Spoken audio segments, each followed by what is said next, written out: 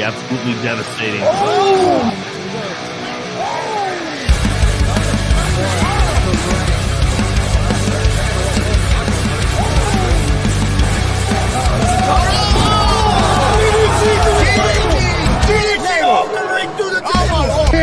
This is Joey Owens' show. They've been trying to get me on this podcast forever, and this is the worst damn podcast I've ever been on. So you all can kiss my ass while I win this match.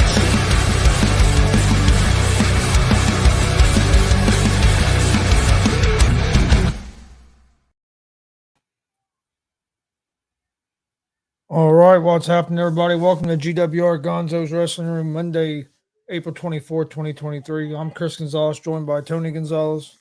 And we're also joined by Marcus Fine. How's it going, Marcus? Doing good. I'll let you go ahead, Dad, so I can finish. Okay, well, Marcus, we'll go ahead, and I know you got to go to How's it going, Billy? a couple of shows here this past weekend. I think Friday and Sunday. So if you want, if you want to go through those. Alrighty. Hey, Kelly. Yeah, I feel like I just seen her. Anyhow, Friday was at the Dub. Another pretty solid match. I'd say probably another 80% filled. Some of the top matches. Blake Wright. I don't know that he's going by Blake Money Wright anymore. They announced him as Blake Wright, and the dollar signs came off the trunks. So I'm thinking he is just now Blake Wright. Okay. But he took on Logan Myers, and Blake won. Logan Myers making a one-time return to the Dub. So, I mean, he quit the Dub when the draft happened. Okay. So, it was Dex Royal against Jordan James for the Gunslinger Championship. And that was pretty good, but then Brody Bawkins and Jackson Morgan come in and attack them, and I don't know where that's going because they're already in a feud with Ruthless Domination, so I don't know what the story was behind that. Dutch Boy Platinum defended his territorial title against Brother Blaze. Now, for those who don't know, Brother Blaze is a former WCWO tag champ and a former WCWO world champion from early 2000s. And he just now made his return, and that was like his third match. But people see him and they're like, well, who is this? Well, this guy used to be on the top of that company at one time. So, and then the main event was Brody Bawkins and Jackson Morgan defeated Ruthless Domination via DQ, and they're the number one contenders for those titles, which will be taking place on Friday. And they did the old. I'm sorry. They got a big show coming up. They got a big show coming up Friday, don't they? Yeah. They did that. They got a chair. They hit the ring. They hit the ring. Smack the ring canvas through the chair. Hammer fell on the ground. Referee turned around, DQ'd Hammer for hitting Brody when that's not what happened, but that's the trick they used. So Eddie Guerrero. Yeah. And then Sunday, because we had plans on Saturday, so we didn't get anywhere Saturday for shows. But Sunday we went Danville, Illinois, New Version Wrestling. Some of the matches we seen: Cecil Cerveza defeated Gavin Alexander. Now for the women, I know you guys aren't familiar with Raven Black. Are you familiar with her? No, I don't think so. Okay, I've always seen her twice, and that's where I've seen her. She wrestled Alice in the first show, and she wrestled Blair Onyx yesterday, and she beat Blair Onyx. So I need to talk to people, see if we can't get Raven across the state line and over here. So, in what I would classify a main event anywhere, Eli Wilder defeated Logan Myers. Those guys have got similar styles. Logan didn't have a good weekend for wins, but that was a main event. It was their match before the main event. And then the main event was Tyler Scott, Stetson Winters, and Cecil Cerveza, who filled in for Mr. Broadway. I can't think what his name is now. Anyway, Mr. Broadway. And they defeated Aaron Atlas, Austin Ryan, and it was supposed to be Devin Quinn, but he wasn't there, so Ace Perry showed up. Okay. And you talk about a shock when Ace Perry walked out of that curtain. I looked at Kelly and says, "It's Ace Perry." So they were all over the building, and fantastic. Good show. So they will be back on the 16th of July. So they got a 3-month. Okay. Something about, because that building's also used for weddings and parties, receptions. And the guy, one of the promoters, told me that was the first available Sunday they had. So yeah, May and June is big for weddings. Yeah. So. Yeah, that was a fantastic show. Both of them was. I'd say they probably both drew about the same crowd, probably 80 to 100 in both of them. Okay, cool. And that's what I have. Okay, well, what do you know about any of the matches coming up for this Friday? Do you know anything about that? Yes, or? yes. Well, I was going to get that, but we can do those now too. Let me look. I have them written down. It's been busy today because I'm still working on pictures from yesterday. WCWO, a couple of them I know. Dalton Love defends his title against, I think it's Damon Real. Okay. They set this up for on Friday that Dutch Boy Platinum will defend his territorial title against Zay Gates. And then Brody Botkins and Jackson Morgan take on Ruthless Domination for the tag titles. That's the ones for the dub. I have a few for JICW. You want those? Yeah, go ahead. Dalton Love is making his JICW debut Saturday in Martinsville against Jake Elliott. And I asked Jake, I said, "Are you sure you're ready? I mean, you just got injured." And he said he'll be 98% ready by Saturday. He says, "Well, it'll be a good match." And then Big T's taking on Aaron Atlas. Well, actually, Aaron Atlas is taking on Big T because Big T's the champion. So that's the title match for Saturday. And then I have others, but I don't know if I'm allowed to announce them, so I won't. Okay. So, well, we'll get into this. I figured we'd start with the pay-per-views if you guys want to. Chris, do you have anything? Pay-per-view. yeah, we're going to give it to you first, Chris. And then Yeah, we'll give it to you first this time. Some of them I wrote down was Royal Rumble 92, Flair and the Heathen promo and everything. Yep. I like that one. WrestleMania 24, Flair and Michaels. WrestleMania 10 with the Razor and Michaels ladder match. Yep. And he also had Brett versus Owen. ECW Barely Legal. It's always been one of my favorite pay-per-views. Yep. I watched it last night. It's always been one of my favorites. Royal Rumble 2001. Stone Cold winning it for the third time.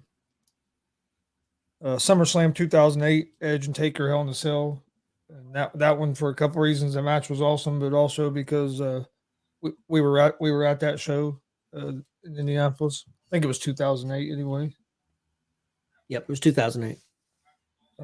Then we couldn't remember War Games. Were they during the Starrcade pay-per-views, or did they actually have War Game pay-per-view? let me see. I had a few of them wrote down myself. Great American Bash. Yep. Great American Bash. I couldn't remember. Yeah, but Yep. I always was a real big fan of the War Games. Yeah, they usually do the bashes. Yep, that's right. Yeah, them were the pay-per-views I had wrote down, and WrestleMania or Daniel Bryan. Yeah, I had that down. If it's okay, I'll go next. I kind of did it a little bit different, and I've got a list of my own too. I'm going to give the Bleacher Report top 10, which I thought was kind of interesting. A couple of them I really didn't remember, so I'm going to have to go back and watch. Of course, WrestleMania 22, that had Edge and Foley in that hardcore match, which was really good. One that I don't remember here is one they had down, Fully Loaded, was number 9. It had Jericho and Triple H and Last Man Standing and The Rock and Benoit. So that's going to be one I'm going to go back and check out because I really don't remember that. I'm sure I've seen it. Yeah, I want to check it out. Number 8 was Money in the Bank, 2011. That's when Punk and Cena, I think that's when Punk won the belt. That was their number 8. Number 7 was 24, WrestleMania 24 with Flair and Shawn and Edge versus Taker. Their number 6 was SummerSlam 1992, Brett versus the Bulldog in England. Their number 5 was No Way Out. That's one I don't remember. 2001, 3 Stages of Hell, Triple H and Stone Cold. I don't really remember that, so that's one I want to go back and check out. Number 4 on their list was WrestleMania 19. It had Hogan and Vince and basically anything goes match. You had Rock and Stone Cold. You had Angle and Brock. Their number 3 was In Your House, Canadian Stampede, the Hart Foundation versus Stone Cold, Goldust, Shamrock, and the Road Warriors. I say Road Warriors. They say LOD. I don't call them LOD. I call them the Road Warriors. Yep, you and me alike. Yeah, there was an LOD. There was a Legion of Doom, but that was the Road Warriors, Jake the Snake Roberts, and a couple other people at one time. Number 2 on their list was SummerSlam 2002. Angle and Ray, Flair, and let me read my own writing. Jericho, Edge and Eddie, Shawn and Triple H, and Brock versus The Rock. That's going to be one I want to go back and definitely check out. And WrestleMania 17 was their number 1, Rock and Austin, TLC 2, and Angle and Benoit. That was their list. I kind of did by company. The better ones: ECW 1997, Barely Legal. Also Heat Wave 98, had that Mike Awesome and Tanaka. Yeah, Taz and Bam Bam Bigelow. Tommy Dreamer, Sandman, and Spike versus Bubba Ray, Devon, and Big Dick Dudley.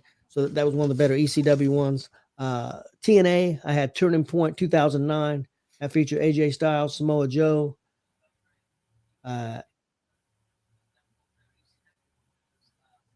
Make sure here.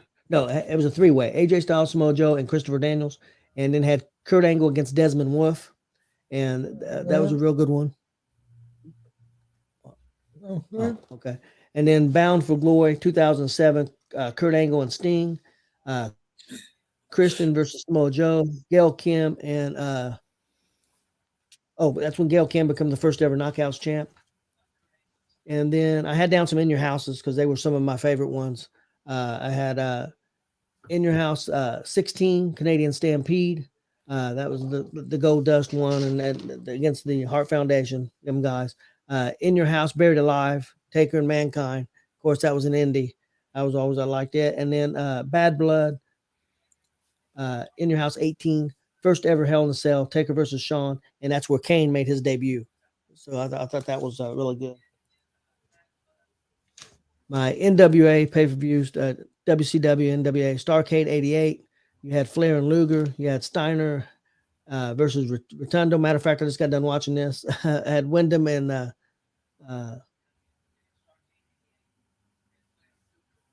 I watched 89. Excuse me. I watched take that back. I watched Chi-Town Rebel 89. Wyndham versus Bigelow. And then Chi-Town 89, which I just watched. Flair versus Steamboat and Wyndham versus Luger. Then the Great American Bash 89, Steiner Brothers versus the Varsity Club, Sting versus Muta, Luger versus Steamboat, and Flair versus Funk. And then the last one for WCW, I had Wrestle War 90, Rock and Roll Express versus Midnight Express, and Flair and Lex Luger. See if I can turn my page here. And then I had some NXT takeovers that were really good that people might want to check out. New Orleans 2018. Takeover New York 2019, Takeover Dallas 2016, Takeover Chicago 2017, and also Takeover Portland 2020. And here's my list that I had down. I had and I had 8 of them down, I think it is. I had WCW Chi-Town Rumble, which I just watched. WCW Great American Bash 89. NXT TakeOver New Orleans, probably my favorite takeover. WrestleMania 30 with the Daniel Bryan story. WrestleMania 3, Andre Hogan, Piper Adonis, Steamboat and Savage. King of the Ring, 1998. Again, it's Hell in a Cell with Taker and Foley.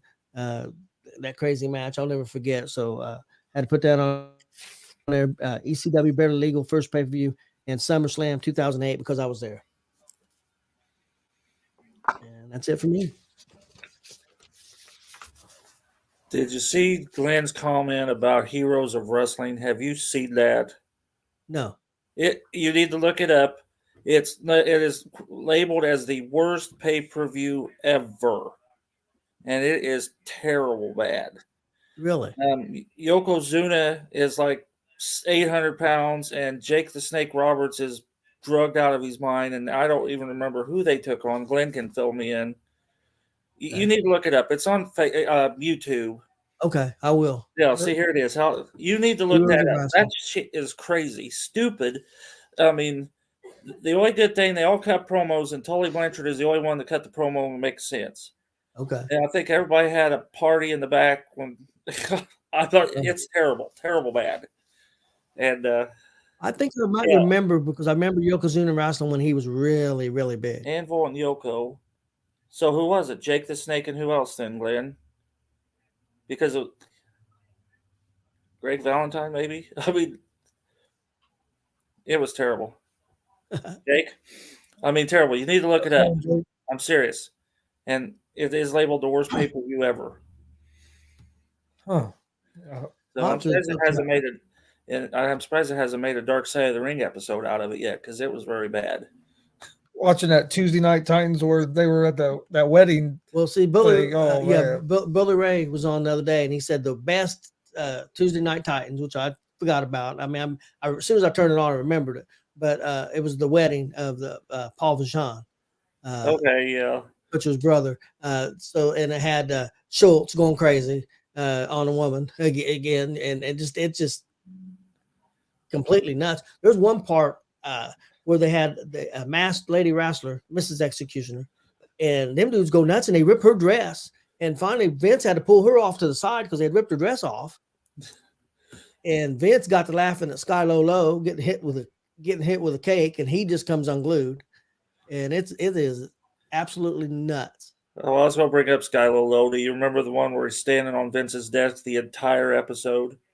Well, this when he got standing up there when he was going to cut the cake, he's standing on the table. Maybe that's what I'm thinking of. Yeah, it is. How that stuff was. I told you, Chris, that's some good stuff. How was that on TV? It was completely. Oh, I watched that episode last night. And I was cracking up. Oh, it's just so bad. It's but so funny. Oh Lord.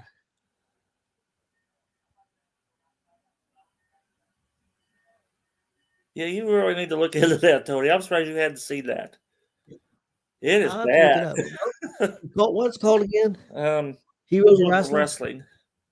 Okay. Glenn said Jake's partner was Yoko and Anvil and King Kong versus Anvil and King Kong Bundy. Okay, so it was Jake the Snake and Yokozuna versus No,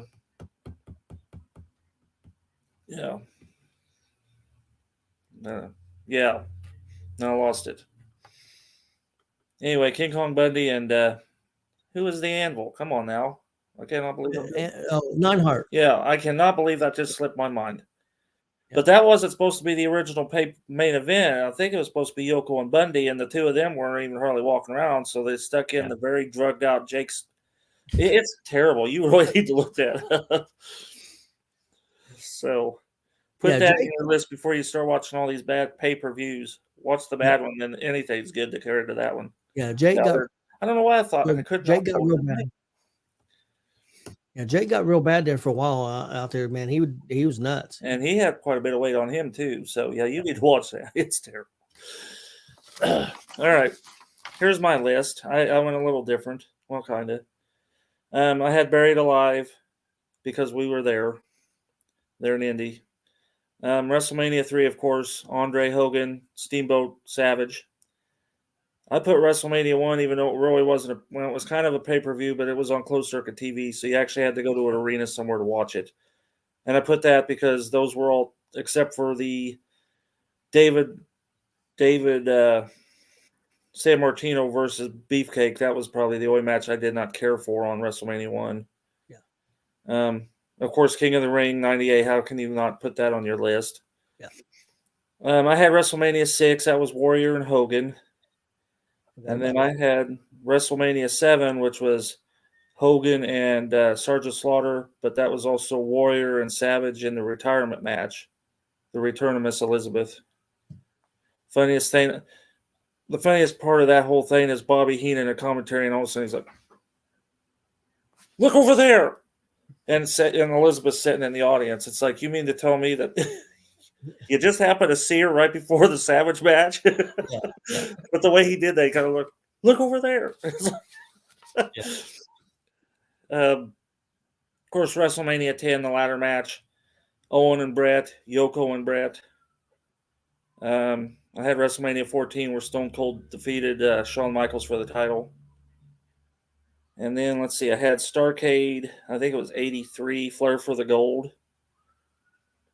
Then I had a couple War Games, Great American Bash 89.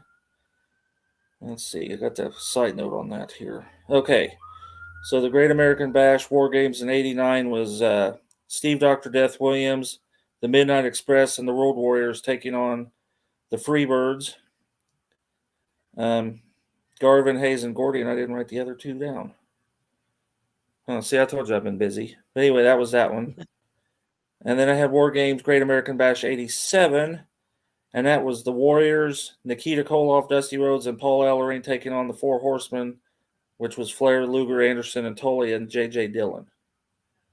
Yep, I remember that one. And then I had Bash of the Beach 1996, the turn of Hogan. Yeah. When he became the NWO. Yep. Then I had a side note up here. The In Your House one. Do you remember In Your House one? The very first one. They give the house away. Yeah. I remember that. That 11-year-old boy won that house. Yeah, I remember that now. And then they you sold say it. that, yeah. And that was on May 14th of 95. That 11-year-old boy won that house, and it said they sold it 6 months later for $175,000. I'm just curious what that house would be worth today. Yeah. But yeah, because it's probably in Connecticut or somewhere. Well, I thought it was in Florida. Was it? Okay. I think. It may have been. I cannot remember because I had the Freebirds because it was Gavin, Hayes, and Gordy, but I didn't have their other two partners on here. Hey, Glenn, what's your favorite pay-per-views? I see holidays out there. What's your favorite pay-per-views? Curious to when you mentioned you need to watch that. I'm telling you, when you get done tonight and after you watch AEW, before you watch any of these back pay-per-views, you need to look that one up. Because it's terrible. And I may watch it here a little bit myself. Yeah, I'm going to have to check it out. When you mentioned the WrestleMania with Hogan and Warrior, I remember that. I remember the pay-per-view, but it was one of my favorite ones too. I remember when the year that Warrior was going in, I watched that WrestleMania, watched the Hall of Fame on Saturday, watched WrestleMania on Sunday, and I wasn't feeling good and I ended up in the hospital on Monday. Tuesday. I think maybe been Tuesday. Monday or Tuesday, ended up in the hospital. And I remember my grandson Austin and Chris and all of them coming out. But I remember Austin bringing his computer and I couldn't sleep. I was hurting. I couldn't sleep. And I remember him putting on WrestleMania 6. It was on that was on I think I got sick Wednesday because Warrior died on Tuesday. And he brought that out to me because he died that Tuesday after Monday Night Raw. Warrior did. Okay. And so I think it was Wednesday. I ended up in the hospital on Wednesday. And he put that pay-per-view.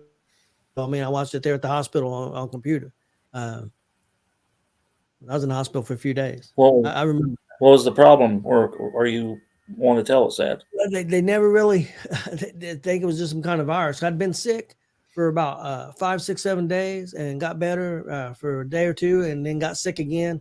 And the doctor put me in the hospital, ran all kinds of tests, and went back home, was still sick for a few days, and finally got over it. But I just think it was a bad virus. Yeah, so that's what it sounds like. Not that I'm a doctor, but if you got over it, that's what I guess it was. They ran every test. They ran that one test. I didn't know what they was running, and they'll never do that again. That's when they stuck that thing up my nose, up to my brain, Q-tip. This was a long time ago. They did. I didn't know what they was doing. They did that, and I told them, "You'll never do that again." And then they give me a shot in the belly button. And they'll never do that again either.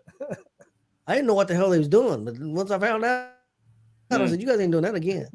And then they put me in a room to how do you observe me? It was in the emergency room, but they put me in a room behind the emergency room to observe me. And then they put me into a regular room the next day, and I hadn't slept for 2 or 3 days, and I told my wife, I said, "Would you please?" They're coming in here and they're doing tests on me, and they're checking me and waking me up every 15 minutes. I said, "Would you tell them to let me sleep?"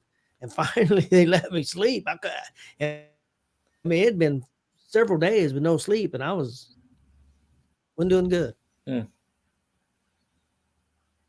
I remember I got out just in time for the grandkids to come from Chicago. What was the main event at WrestleMania 17? Was that 17. Rock and I think it was. I think Rock went on before. I think it was the Lesnar Angle. Lesnar Angle?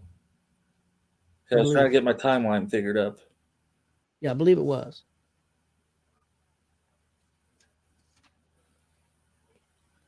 Canadian Stampede in your house. Yeah, that was a real good 10-man. I mean, Well, I had some of the. Well, I guess I didn't write them down. Talking about the first Survivor Series actually being an actual Survivor Series. Maybe that's on page 2. Because they even had two sets of 5-man tag teams, or 5 tag teams on each side. okay. You Yeah, remember yeah, that yeah. first one? And Yeah, it was hard to watch it had, because you had so many people around the ring. you had 5 tag teams. You had 20 guys. So it was crazy. Yeah, I remember that. I also like the paper or the one that had Brett and Austin for the I Quit. Yep. Which that'll come up in this other stories with our second part of this discussion Yep. tonight. Yep, I think you're right. Okay. Greatest turns. I did both heel and face turns. But I was going to let you go first, Marcus. All right. Well, I had Hogan when he turned NWO. Austin and Brett, which is what we just brought up, because that was a double turn. Because Brett was the face and Austin was the heel, and when it was all over, Austin was the face and Brett was the heel. So that was a double turn. And then I had Andre the Giant when he turned on Hogan.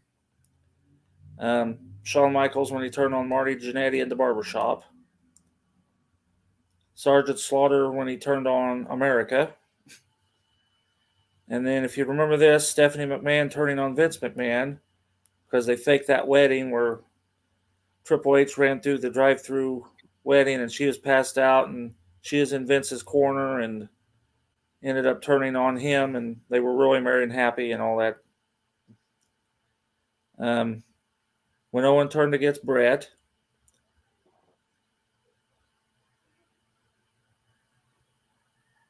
well, that's a good turn, though, because that was a good turn. That's when the Shield turned. Yep. Actually, that was one I have wrote down. Remember when Terry Funk turned on Ric Flair? I don't remember who Flair won. Did he beat? That's when he beat Steamboat, wasn't it? And then he beat Steamboat, yep. Terry Funk was, see, I should know that because that's my favorite turn. And Terry Funk was doing commentary and turned on him. Turned on him and pile drive him through a table. Yeah. Macho Man turning on Hogan, the Elizabeth affair, whatever. And I didn't know how to even write this down, but they had it as Roman turned on the fans when he come in there after he come back from his leukemia run. And Yep.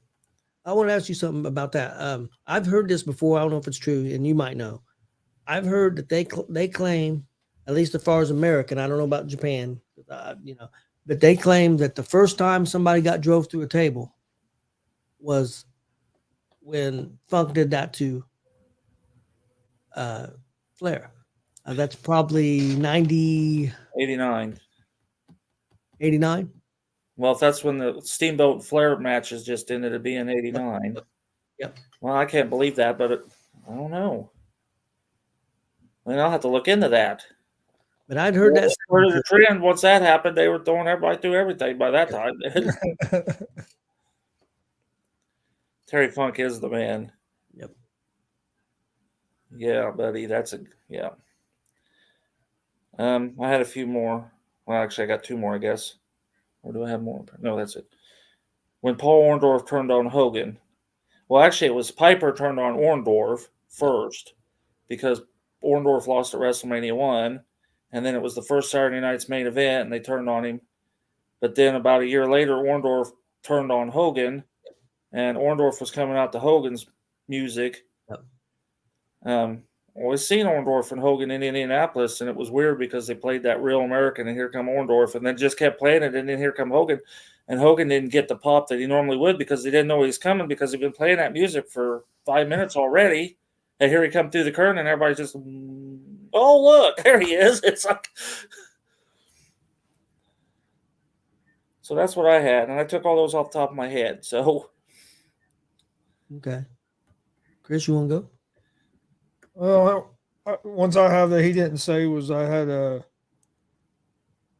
Seth Rollins turning on the Shield, which Glenn brought up, and then I had Stone Cold when he joined Vince McMahon, when Vince helped him beat The Rock. I've got some from. And then I had Vince to Mr. McMahon. Okay. Yeah. Yeah, that was good too. Sure. Yep.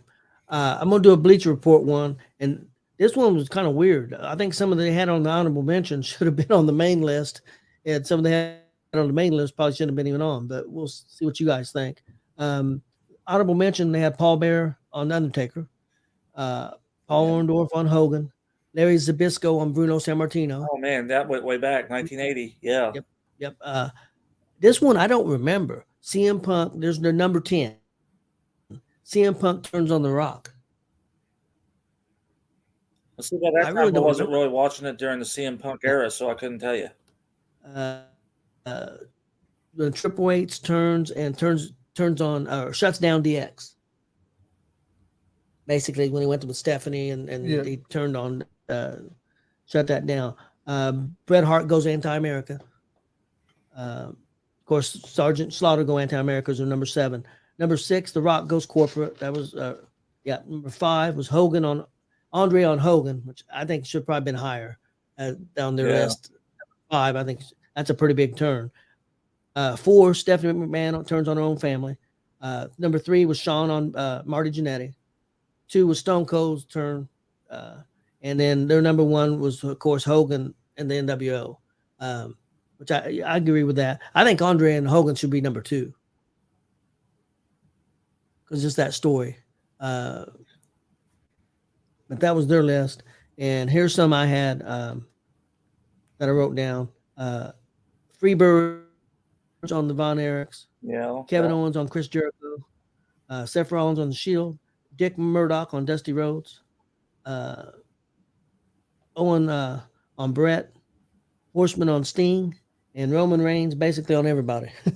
Yeah, that's why they looked it up too, because I didn't know how to put it, and I said, well, I guess he turned on the fans, I guess, because he turned, but he didn't turn against anybody in specific. It just he turned. It's like I think Glenn was saying that CM Punk turned on the Rock at Raw 1000.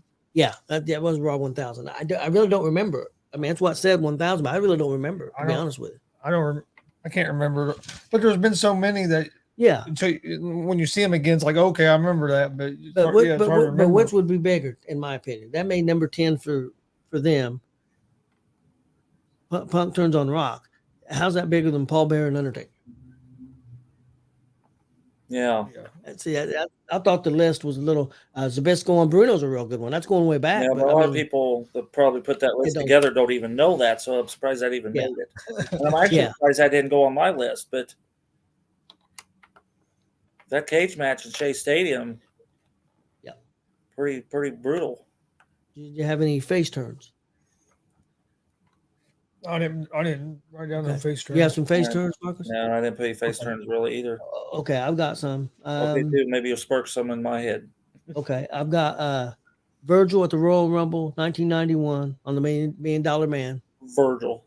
Yep. He's either Virgil or Vincent, and you know the story behind both those. Yeah, I did know that you told me that.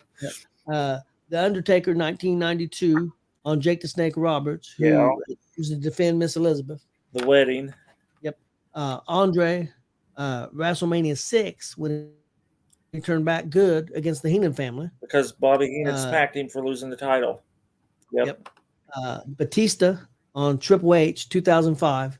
When they give the thumbs up, thumbs down, they've been doing that stuff. So that Macho Man, WrestleMania 7, and with Miss Elizabeth, that's when he turned back good. Stone Cold, WrestleMania 13, because basically the fans turned him. I mean, Hart's was a good guy, and he was the bad guy, but he wouldn't give up, and he's bloody and everything, and they kind of did a double turn. Well, that's because if I remember right from what I read, it's because after it was over, then Brett continued to attack him. Yep. And that's when they turned. Brett became the heel automatically. So what's that do? That turned Stone Cold. So, that's a fantastic match too. Yep.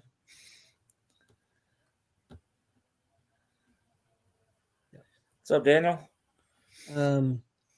Lex Luger, 93, when he showed up out of the helicopter in New York to body slam Yokozuna. If you want to call it that, it's more like a hip toss because yeah. Well, he was a big dude. The Rock in 1999 when he turned back good after being with the corporate with Vince and them for a while. Dusty Rhodes, 1974, when he was a bad guy and he turned good guy on against Gary Hart and Pac Song. And my last one was Nikita Koloff to help Dusty Rhodes after Magnum TA's accident. Yeah, I remember that one too. See, I knew there's just so many out there. And I thought that was a pretty good, he turned face. I thought it was a pretty good face turn. It was written down as one of the worst face turns of all time. Nikita's really? one. And I didn't think so. No, it wasn't. That was good storytelling. Yeah, I thought it was. Maybe he didn't become as big a star as they thought, but there was issues there too. I mean, his wife got sick. He quit wrestling. So that had a lot to do with that too. Yeah. That was fake because Glenn brought that up because if you remember, halfway through the body slam challenge and Yoko had to eat his lunch. They brought this big bowl of noodles out and some chopsticks.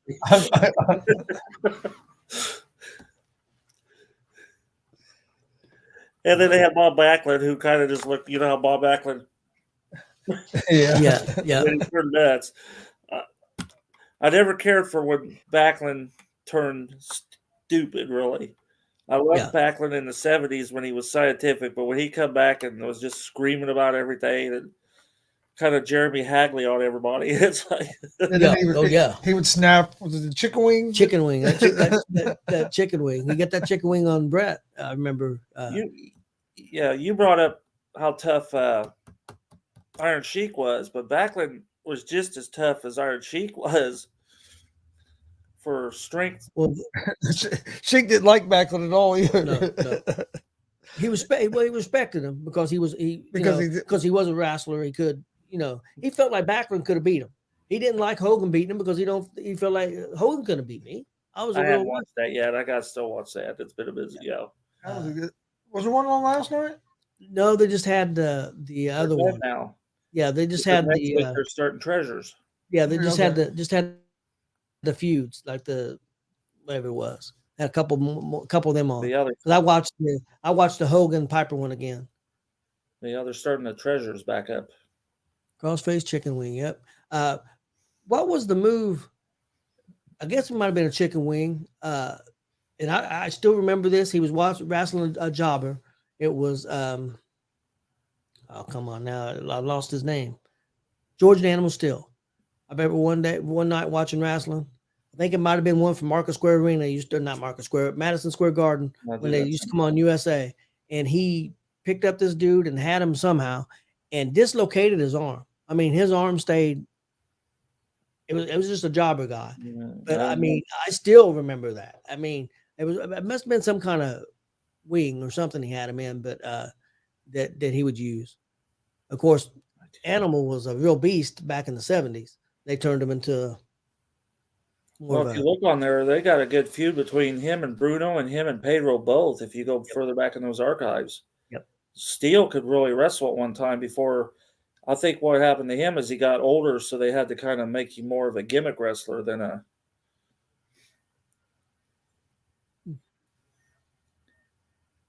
If you watch one of those Madison Square Garden shows, Steel comes out in a pair of, it has to be Sergeant Slaughter's tights, because it said U.S. Marine Corps down the side. Really? And so, they had to get them off Slaughter because he's the only one who had those. So. And that was good heel turn too. It was when, like I said, when Slaughter turned, went to heel. I mean, he'd been a heel, then he was a good guy for a long time. Then he went back to the Iraqi sympathizer. That was fuck.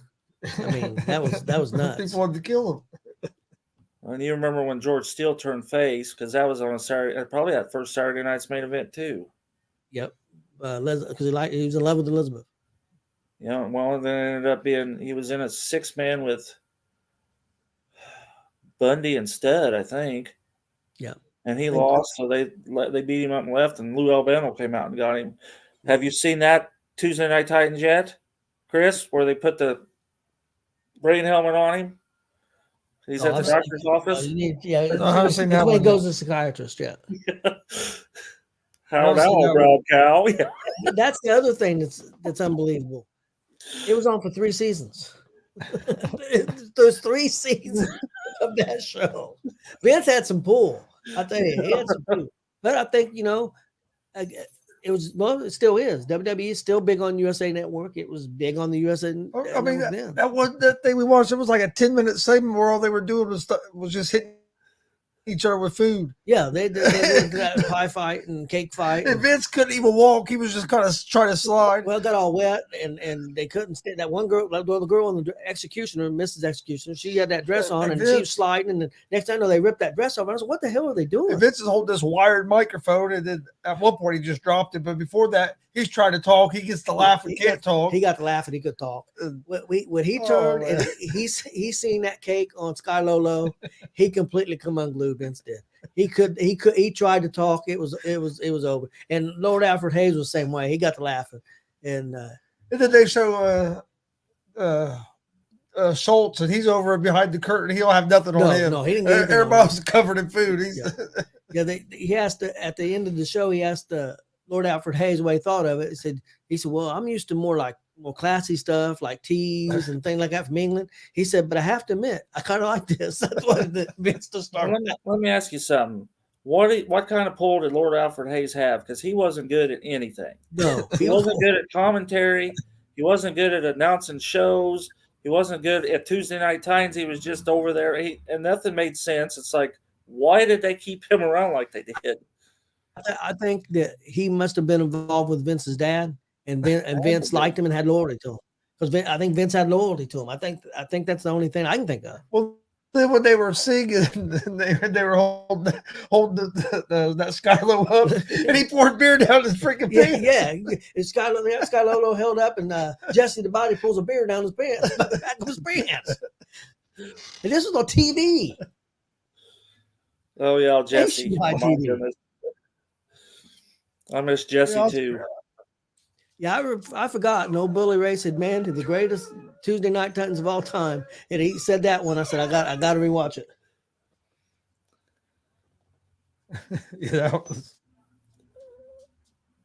It was out there.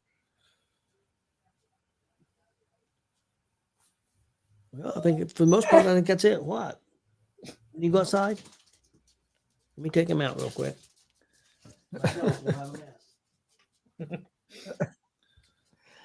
Let's see. Glenn says David Schultz showing his guns to Alfred Hayes and Vince was funny. Oh yeah, man. Yeah, I haven't made it through all of them, but the ones I've watched, I'll be cracking up. Funny things. I walked out there. It might have been yesterday. I think it was yesterday. I walked through there for something, and he was watching that, and I stopped and started and watched it.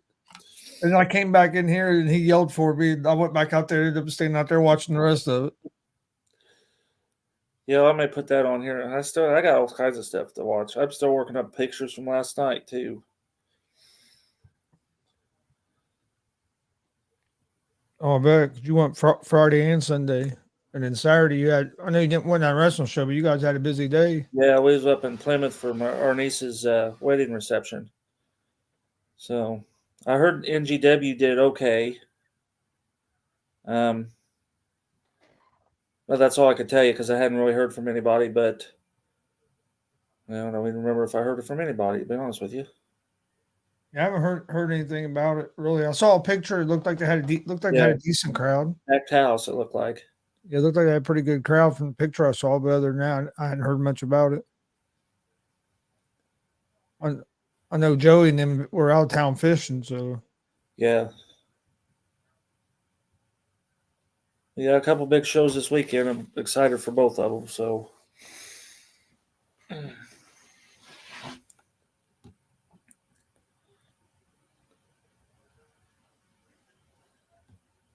NWA tapes and DVD.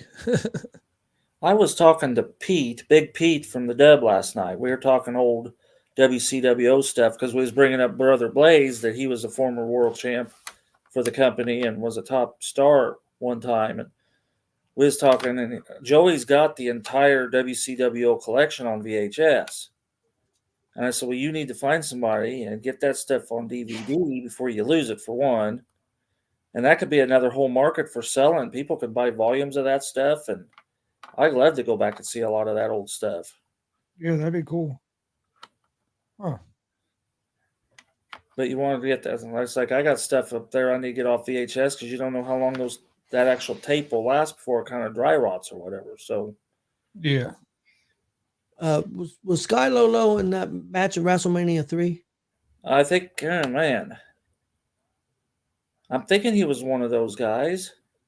I know it's the guy with the mohawk because he's the one. I can't think of his name right now. There's Lord Littlebrook. Little Beaver was one of them. Little Beaver was the one that got body slammed and elbow dropped by King Kong Bundy, Which turned all the little people against Bundy. Yeah. That again, that's still the dumbest thing I ever seen. How you go from main event at WrestleMania 2 to wrestling with a bunch of midgets and a country boy.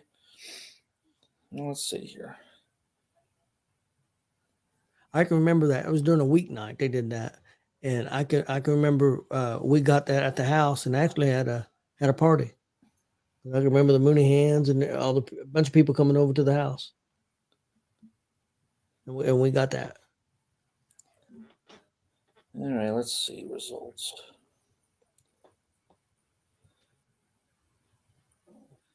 Hillbilly Jed, the Haiti Kid, which was the little black guy that they used at a Piper's Pit and made him look like little Mr. T. The Little Beaver, which I think was the guy you was just talking about. Yep. He defeated King Kong Bundy, Little Tokyo, and Lord Littlebrook. Well, those guys were real easy to know. Little Tokyo was a little Oriental guy, and Little Lord Brook looked like he's 105 years old. He looked really old at the time. Yeah, he did. So Sky wasn't in that one. I think, let's see. I think Jim and Haiti Kid's the only ones alive out of all them guys. Yeah, he's dead. Bundy's dead.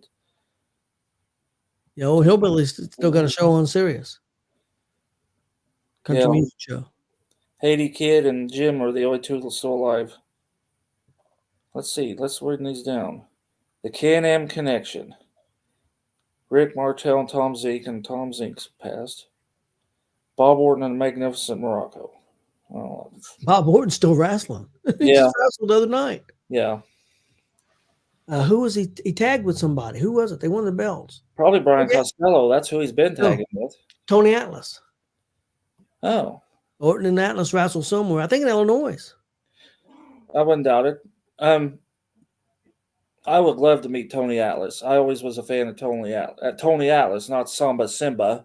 Yeah. That's another one of those where they made him goofy, but yeah. Yeah, I'm afraid that's what's going to happen. See, that was the song that Can-Am Connection sang on the Pile Driver album. Girls in Cars. Yeah. Billy Jack Haynes versus Hercules. I never was a Billy Jack Haynes fan. He was big in Portland, Oregon, but that was about it. Harley Race defeated the JYD. Yeah. The Dream Team defeated Johnny Valiant and Dino Bravo and the Russo brothers. Oh, no, that's not what that says. No, Valiant was the manager for... Yeah. Dream Team defeated the Russo brothers, and the Dream Team had Johnny Valiant and Dino Bravo with them. Okay. Yep. Piper defeated Adrian Adonis. That was good. Danny Davis and the Hart Foundation defeated Tito and the Bulldogs. Never got Danny Davis. No, that never made any sense. That was one of them. I will say Friday night though that who'd he end up smacking? Dutch Boy, I think. Wayne Silver got on Dutch Boy. I think it was Dutch Boy. Dutch Boy pushed Wayne Silver, and Wayne Silver pushed him back, and then did a hip toss on him. And of course, the crowd went nuts because there was a time we were at the arena, and I'm not even sure why, but everybody's on the outside, and Wayne Silver climbed up to the top rope and jumped out there on top of everybody. They called him Air Silver for like a month after that. Air Silver. Butch Reed defeated Coco Beware. And then Steamboat and Savage, Honking Talking Jake Roberts, Sheik Volkov and the Killer Bees, and Hogan and Andre. Yeah, that was a good match. It was just another one of them long ones.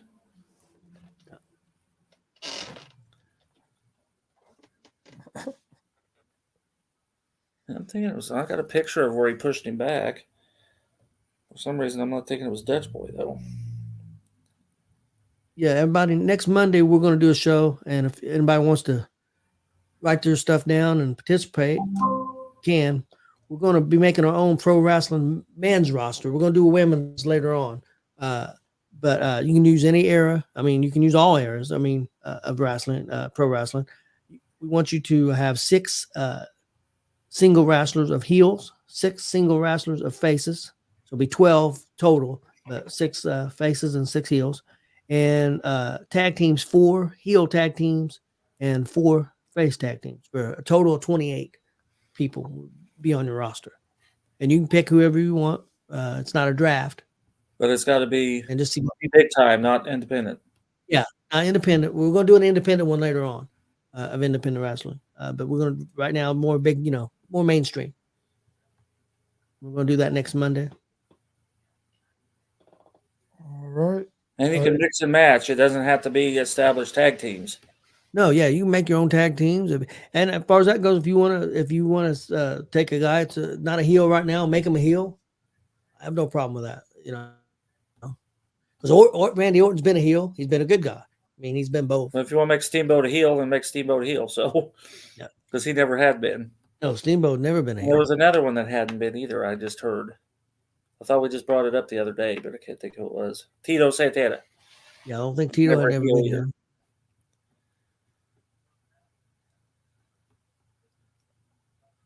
Nope, I don't think that either one of them ever had. Well, has there been guys that's never been a good guy? No, there has been. No, I'm sure there has been. Guys like Abdullah, stuff like that.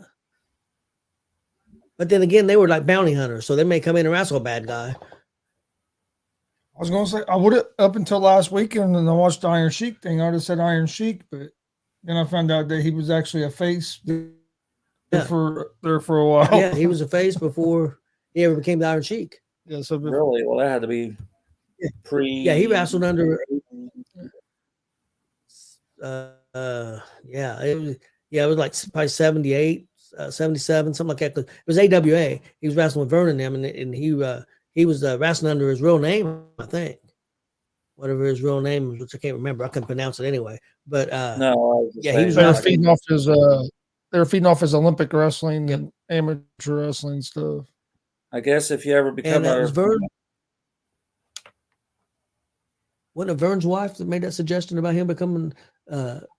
She brought up and said, "I think a perfect name for you would be the Iron Sheik." I think it was Vern's wife that one day at dinner, because he was real good in the Gagne family. I mean, he ate there a lot, and I think she accidentally come up with his persona because he wasn't going anywhere. He wasn't catching on. He'd went as far as he could go. And they said he completely changed his body look, of course, got the mustache and shaved his head. And because you look at his pictures, I mean, he really changed. Pedro Morales was never a heel. That could be. I don't know about Johnny Rods. I thought Johnny Rods was a heel. Yeah, I thought Rods was a heel at one time, I thought. But I don't think Morales was. No. I'm not sure about Rods. But I don't think Pedro was. No, I can't remember him being heel now. Or Bruno either, really. Yeah, I was gonna say Bruno Sammartino, maybe not either. If he was, I don't remember. It was before my time. I think that'd be riot issues there because he was such a fan favorite. If he turned heel, that'd probably be worse than when Hogan did. Yeah, especially in that area, New York and that area. Yeah. It was so big in that area.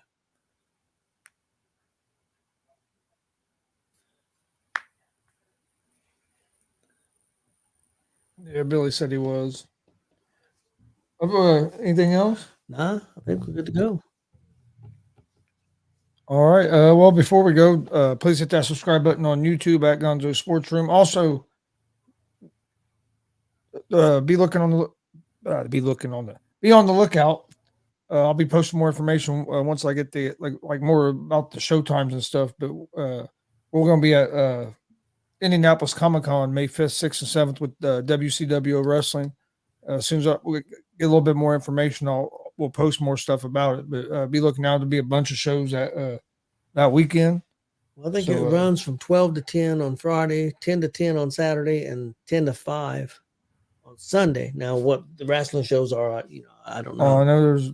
And they said to check your ticket prices because if you can go, there's ticket prices for the whole thing's like $100 for all 3 days. But if you only could go Friday and Sunday, it's a certain price. And Tim was telling us at the Dub. So look up your ticket prices.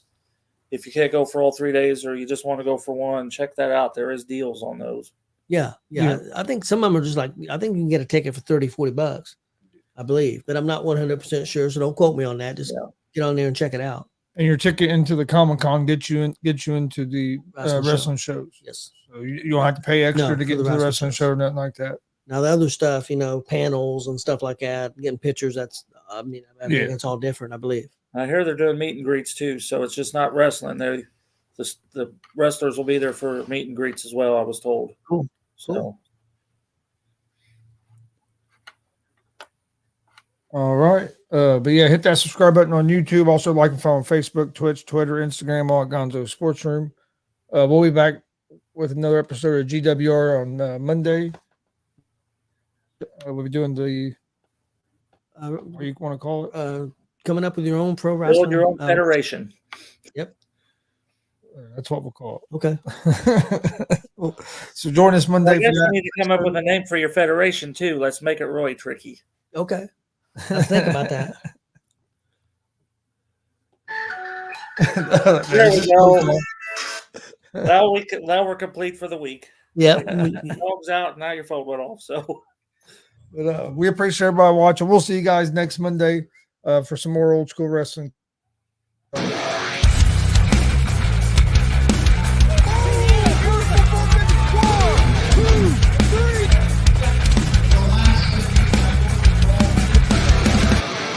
That'd be absolutely devastating.